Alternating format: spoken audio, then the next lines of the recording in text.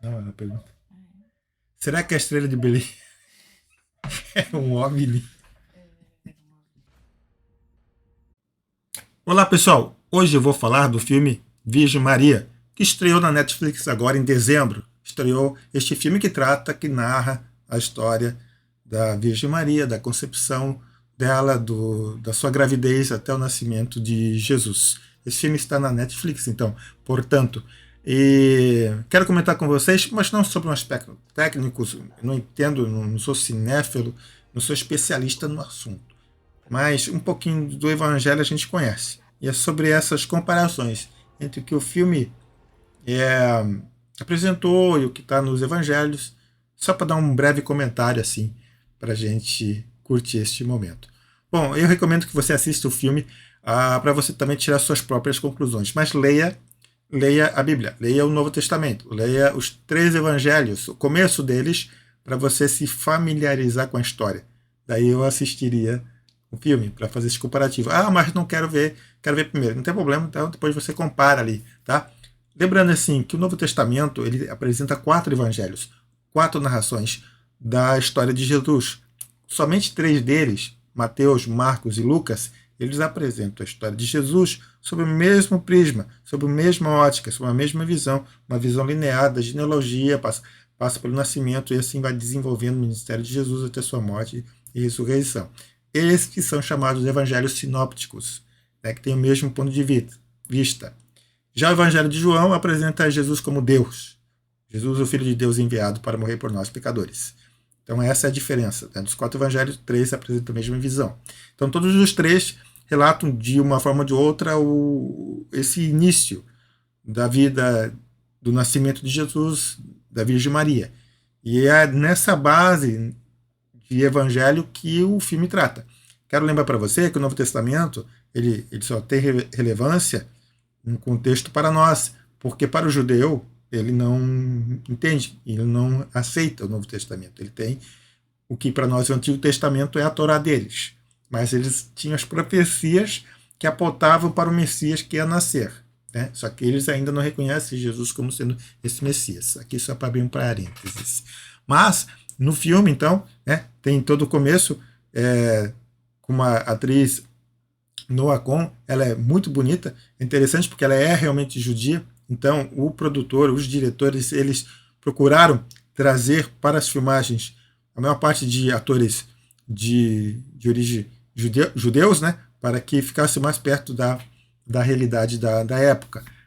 E até teve várias críticas, o filme sofreu várias críticas por conta disso. E, porque é judeu, não sei o quê. Mas, na época era judeu, né? Ia fazer o quê? E tem oportunidade e se filmou assim.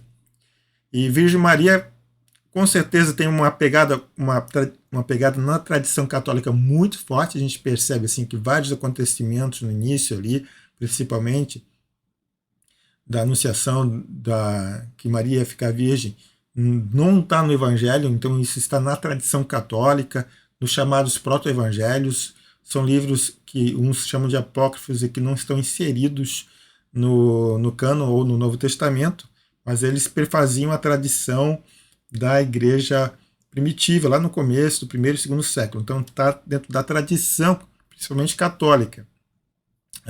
O que se apresenta no filme tem essa pegada. Então é a junção de tradição católica e com o que é relatado nos evangelhos. O filme faz essa mistura razoavelmente bem. A fotografia do filme eu gostei, é bem bacana, né? O filme foi filmado em Marrocos, mas as semelhanças com a terra de Israel é bem parecida mesmo. Já na questão narrativa, aí a gente vê algumas discrepâncias, né? Em relação à anunciação de Jesus, ok, tem a questão da concepção de Maria pelo Espírito Santo, tudo certo tal. Mas quando vai para José, quando José é avisado que o ente que dela viria, que ela estava grávida, era o Salvador, era Jesus, ali apresenta um anjo, aparece para ele. Já na Bíblia fala que o anjo apareceu em sonho, não teve uma visão. Então essa é uma pequena diferença que tem. É interessante também que na filmagem, para quem conhece todo o texto bíblico ali do Novo Testamento, a respeito da vida de Jesus, né? A filmagem às vezes dá uns focos em algumas questões que mais tarde Jesus no seu ministério acaba ocorrendo com ele. transformar água em vinho, porque mostra a água assim caindo bem. Mostra um cravo, lá mostra um burrinho, porque Jesus entrou em Jerusalém num burrinho. Tem tudo isso, né?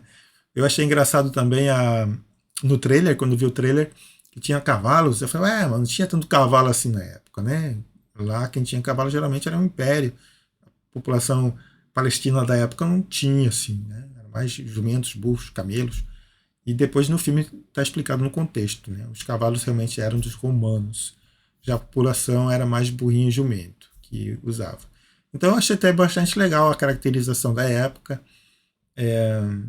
mas a história em si e tudo não é bem conforme consta nos evangelhos. Então tem que ter esse cuidado, né, de ver o filme e ler o que está escrito na Bíblia. E em relação a José, foi isso que eu falei para vocês, né? Aparece um anjo para ele, não em sonho, mas uma visão, isso é diferente do que a gente conhece. E também quando eles acabam fugindo para o Egito, porque Herodes havia ordenado a matança de todos, né? Eles acabam. Antes disso.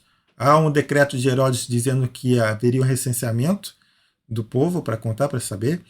E nesse contexto, Maria estava grávida e José e Maria vão para Belém, da onde que eram os pais de José. Claro, a cidade estava lotada por conta do recenseamento. Contudo, no seriado fala que era por conta que ali se esperava o Messias. Não era bem assim, era por conta do recenseamento mesmo. Então essa também é uma outra diferença que tem.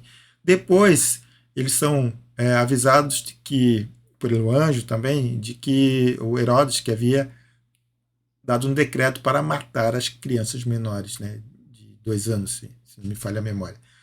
E por conta do nascimento de Jesus, né? Porque que é rede judeu, eu vou exterminar isso aí já.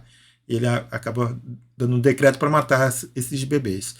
Então José e Maria fogem para o Egito. E nessa fuga, no filme, eles acabam se encontrando com a guarnição romana. Ou, ao contrário, a guarnição romana acaba encontrando eles. Há um embate ali, uma luta e tudo mais. Isso não está nos evangelhos. Isso é especulação do diretor, para talvez dar um toque de ação no filme da Virgem Maria. Mas isso não compromete em nada a linha principal, né, que eu vejo, que eu entendo, do filme e dos evangelhos, que é a Virgem recebeu o Espírito Santo e foi concebida pelo Espírito Santo, e ela gerou a Jesus, que é o Salvador.